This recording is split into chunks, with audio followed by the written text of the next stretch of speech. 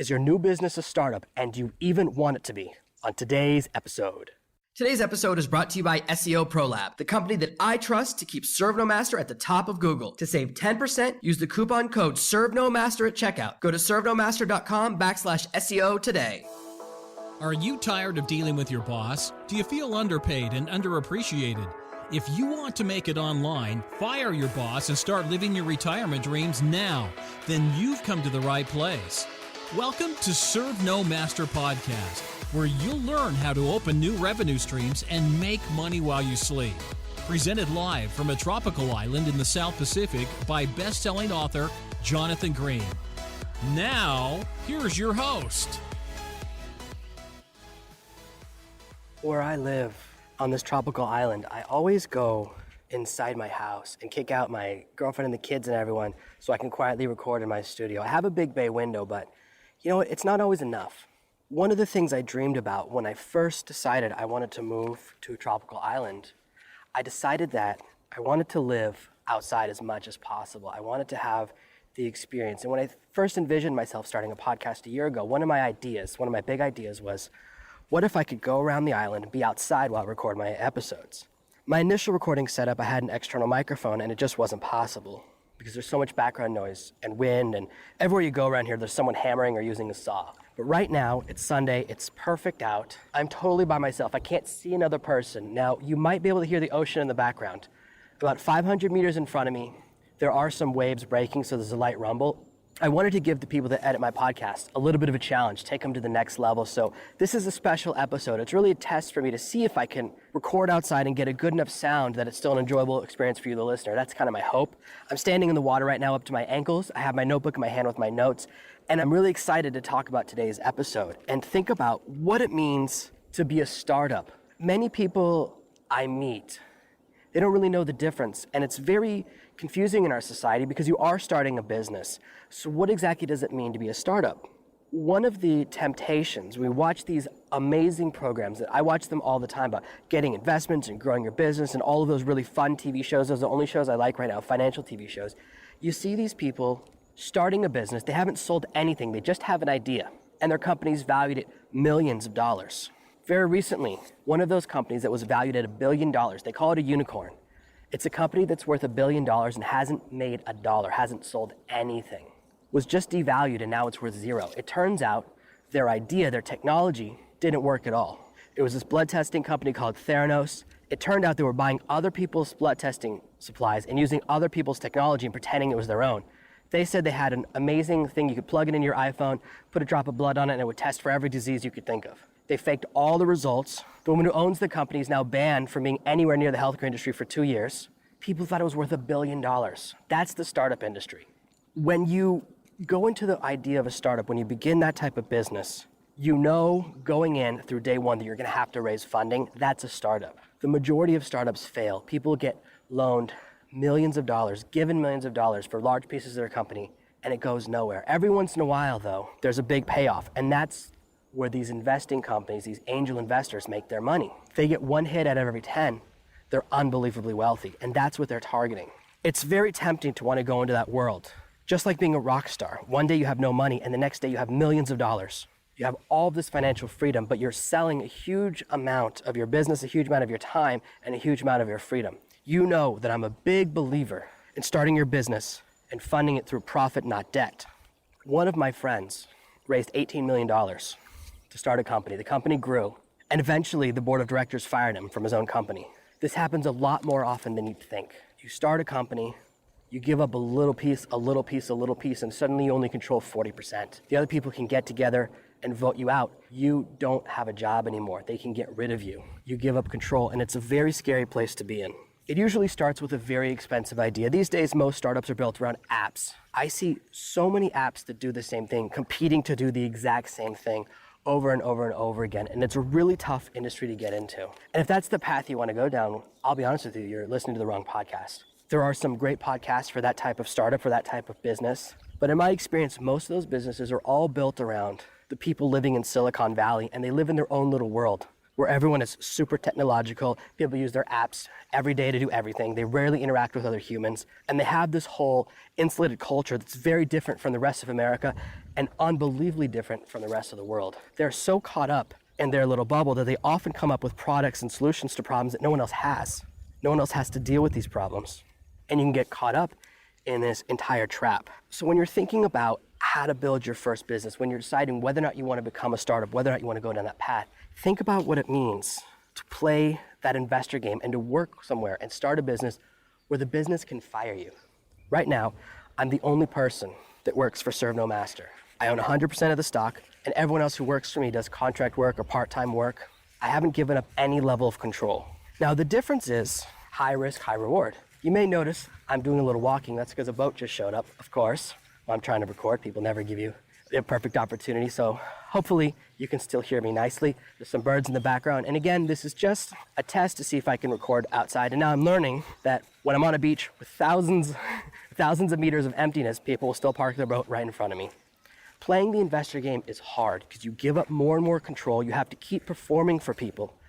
There are services now that will teach you how to do a presentation to investors. There are services now that provide legal services specifically for people that are out there trying to raise money.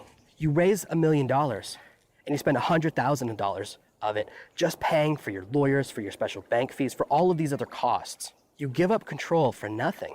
10% of the control you give away, it's for money you don't even get to keep or use in the business. There are more and more businesses now that cater only to Silicon Valley startups, and they're caught up in this incestuous financial loop that personally, I don't want to be a part of.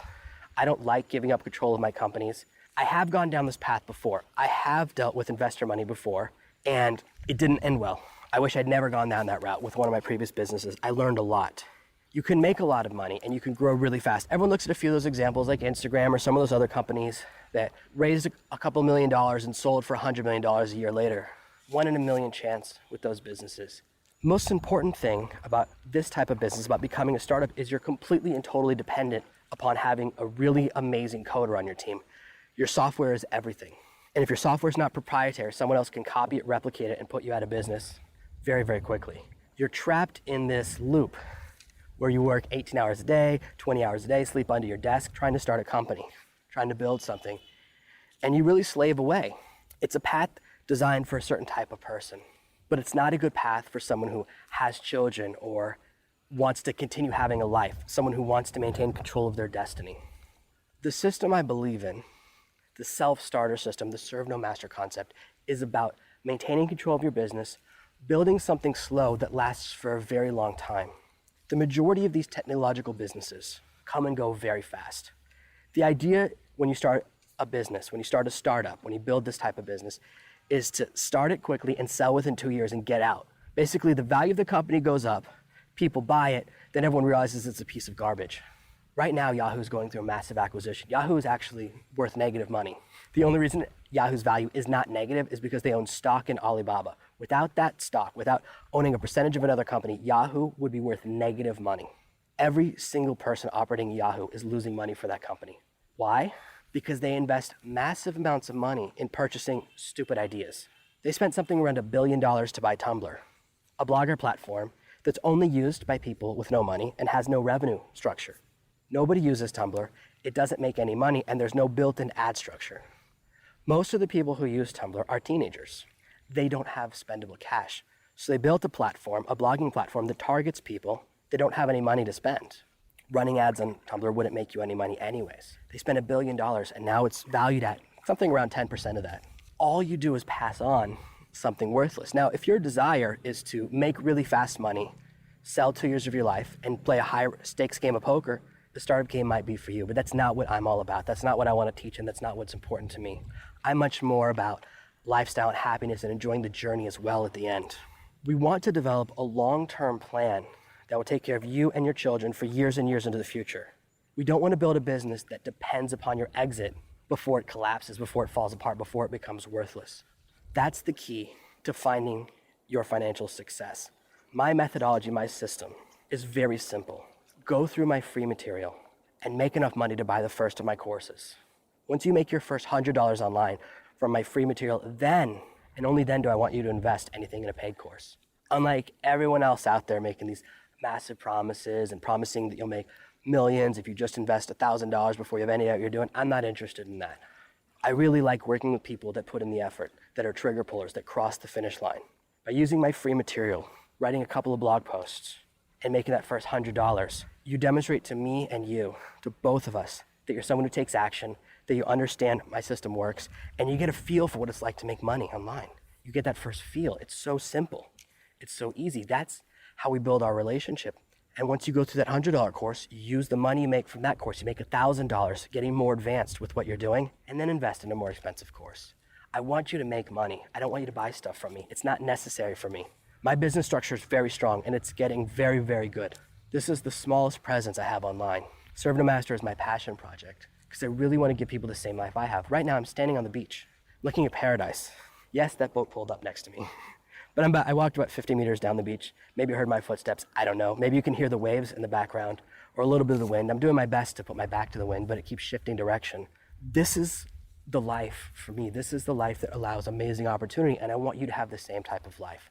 This is something I believe in. Every time one of my interns quits and starts their own business and becomes massively successful, every time one of my interns leaves behind their full-time day job and begins to work for themselves and has enough money to support their family and start having children, that fills me with pride and joy. That's what I want to create in this universe. That's what I want to give to you.